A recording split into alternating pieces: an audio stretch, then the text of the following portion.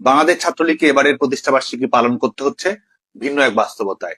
মৃত্যুর মিছিলে যোগ হয়েছে অনেক কর্মীর নাম, ভিন্ন এক কারাগারে রয়েছে হাজারো নেতাকর্মী। বাংলাদেশ ছাত্রলীগের লাখ লাখ নেতাকর্মী শিক্ষার মতো মৌলিক মানবাধিকার থেকে বঞ্চিত। সার্টিফিকেট বাতিল হচ্ছে, ছাত্রত্ব বাতিল হচ্ছে, বিভিন্ন ধরনের বেআইনি শাস্তির মুখোমুখি হতে হচ্ছে ছাত্রলীগের কর্মীদের। পরীক্ষা দিতে গিয়ে যেতে হচ্ছে কারাগারে, বাবার জানাজায় যাওয়ার সুযোগ হচ্ছে না, মা মৃত্যুর কোল ঢলে পড়ছে জায়নামাজেই, জয় বাংলা বলার অপরাধে বিসর্জন দিতে হচ্ছে জীবন। ফ্যাসিস্ট শোষকের জুলুম, নির্যাতন, নিষ্পেষণে প্রত্যেকটি মুহূর্ত কাটাতে হচ্ছে আতঙ্কে।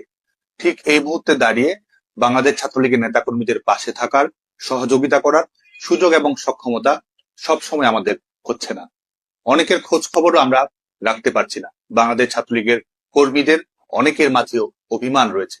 বাংলাদেশ ছাত্রলীগের কর্মী হিসেবে, সহযোদ্ধা হিসেবে আমি সবার কাছেই আন্তরিকভাবে ক্ষমা প্রার্থনা করছি। প্রতিকূল এই পরিস্থিতির মুখেও বাংলাদেশ ছাত্রলীগের নেতাকর্মীদের সাথে সহযোগিতামূলক সম্পর্ক বজায় রেখেছে